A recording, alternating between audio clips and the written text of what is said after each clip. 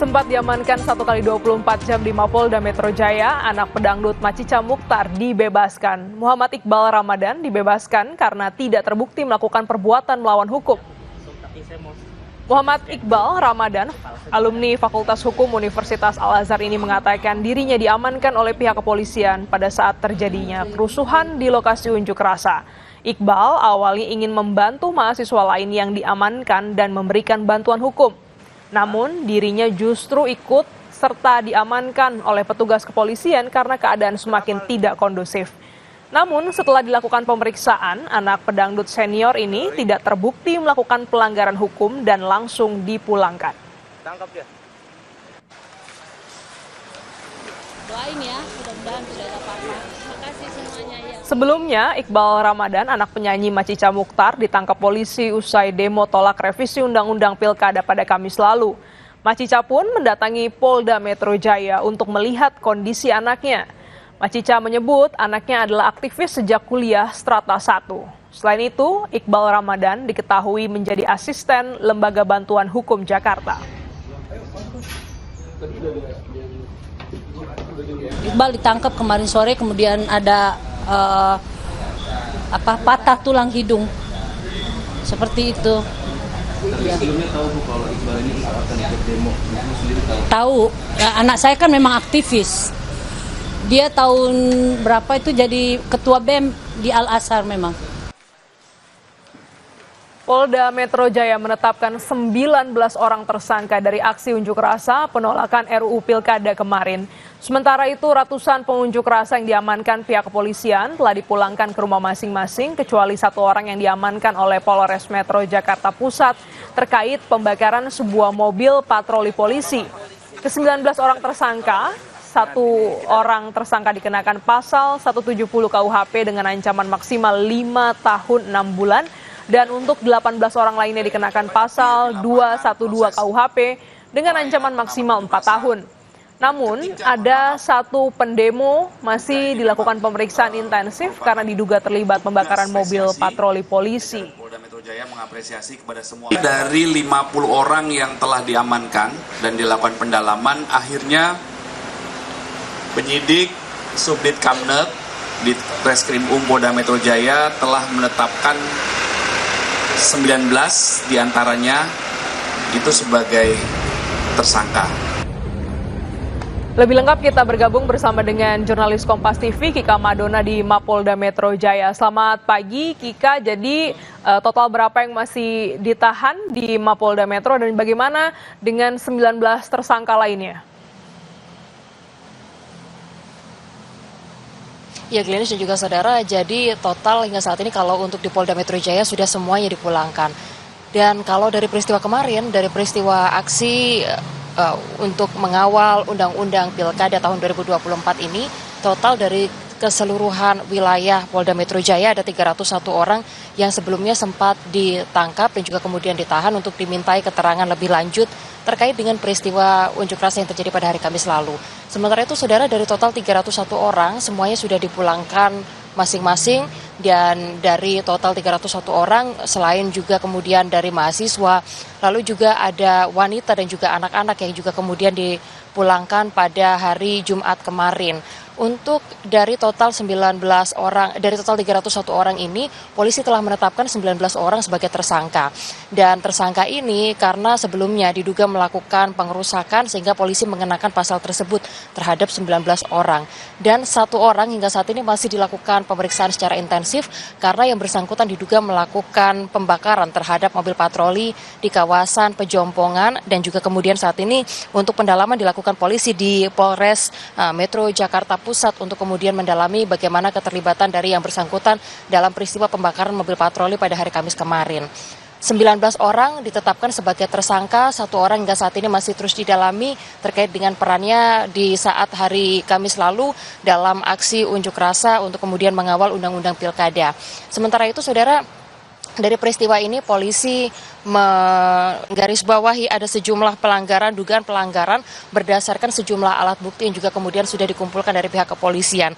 Di antaranya ini adalah pengerusakan fasilitas umum, lalu juga kemudian dugaan perbuatan melawan peringatan petugas, yang mana berdasarkan informasi yang kami terima petugas sudah melakukan 3 kali upaya peringatan terhadap para pendemo agar kemudian tidak melakukan tindakan-tindakan yang juga kemudian melakukan pengerusakan dan juga melawan petugas. Sementara itu yang ketiga adalah melakukan kekerasan terhadap petugas. 3 hal ini yang juga kemudian diduga dilakukan oleh para pengunjuk rasa, oknum-oknum pengunjuk rasa pada hari Kamis kemarin, sehingga inilah yang mendasari dari pihak kepolisian melakukan upaya penangkapan dan juga pemeriksaan terhadap total 301 orang yang juga sebelumnya sudah diperiksa di sejumlah titik, baik itu di Polres Jakarta Barat, Polda Metro Jaya, dan juga Polres Jakarta Pusat, serta dari Polres Jakarta Timur untuk kemudian melakukan pendalaman tersebut.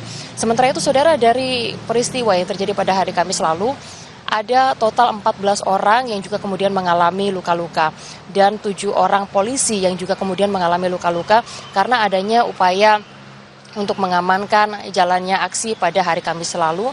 Dan saat ini juga masih pemeriksaan secara intensif di sejumlah rumah sakit masih dilakukan terhadap para korban yang juga kemudian mengalami luka-luka dampak dari peristiwa pada hari Kamis lalu. Demikian, Glenis. Iya, Kika, masih ada satu pihak yang diperiksa secara intensif, dan apa alasan pihak kepolisian menahan para pendemo? Apakah ini artinya untuk bisa keluar harus dijemput oleh pihak keluarga, atau mekanismenya seperti apa, Kika?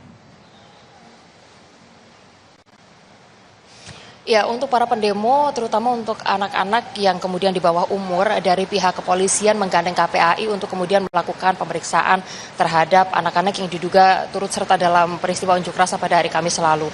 Sementara itu, untuk para tersangka yang juga kemudian sudah ditahan sebelumnya, ini ada sejumlah hal yang dugaan yang juga kemudian dilakukan sehingga polisi melakukan upaya penetapan tersangka pada 19 orang tersangka tersebut karena diduga melakukan sejumlah hal, diantaranya adalah merusak fasilitas umum, melawan peringatan dari petugas, lalu juga kemudian melakukan kekerasan terhadap petugas. Inilah yang juga kemudian mendasari polisi menetapkan 19 orang dengan statusnya sebagai tersangka.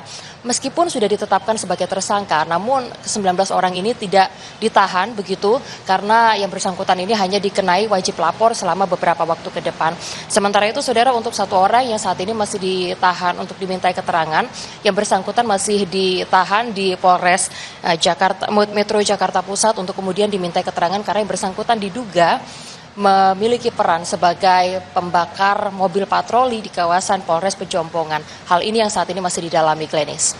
Baik, terima kasih Kika Madona langsung dari Mapolda Metro Jaya.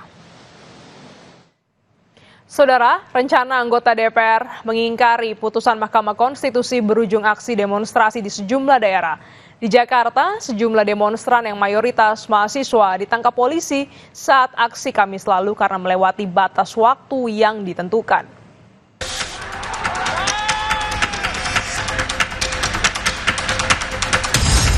Demonstrasi menolak revisi Undang-Undang Pilkada di depan gedung DPR pada Kamis kemarin memang diwarnai kericuhan, hingga sejumlah pengunjuk rasa ditangkap polisi. Kondisi ini nampaknya memicu sejumlah pihak ramai-ramai mendatangi Polda Metro. Salah satunya adalah Wakil Ketua DPR, Sufmi Dasko Ahmad. Jumat siang, politisi Gerindra ini beralasan mendatangi Polda Metro Jaya untuk memastikan kondisi 50 peserta demo dalam kondisi baik dan dapat segera dipulangkan. Dengan catatan, jika tidak ada pelanggaran tindak pidana. Ingin meminta kepada pihak kepolisian agar adik-adik yang ditangkap segera dikembalikan ke rumahnya sepanjang tidak ada pelanggaran tindak pidana yang berat. Demikian. Dan kami akan menjamin sebagai penjamin untuk mereka dipulangkan. Kalau di sini ada sekitar 50. Dasko bukan yang pertama. Kamis malam, anggota DPR RI fraksi PDIP, Adiana Pitupulu, bersama puluhan kuasa hukum mendatangi Polda Metro Jaya untuk memantau kondisi peserta aksi yang ditangkap pihak kepolisian. Ia dan puluhan kuasa hukum juga akan memberikan pendampingan hukum kepada puluhan demonstran yang ditangkap. Advokasi pada mahasiswa juga jadi tujuan utama saat Ketua Badan Eksekutif Mahasiswa Universitas Indonesia mendatangi Polda Metro Jaya. Ya, aksi anarkistis memang tak bisa dibenarkan. Meski demikian, mahasiswa menyebut akan kembali ke jalan jika DPR kembali bermanuver dengan RUU Pilkada dan mencederai demokrasi. Tim Liputan, Kompas TV. Tetaplah bersama kami, sejumlah informasi lainnya akan hadir di Kompas Pagi.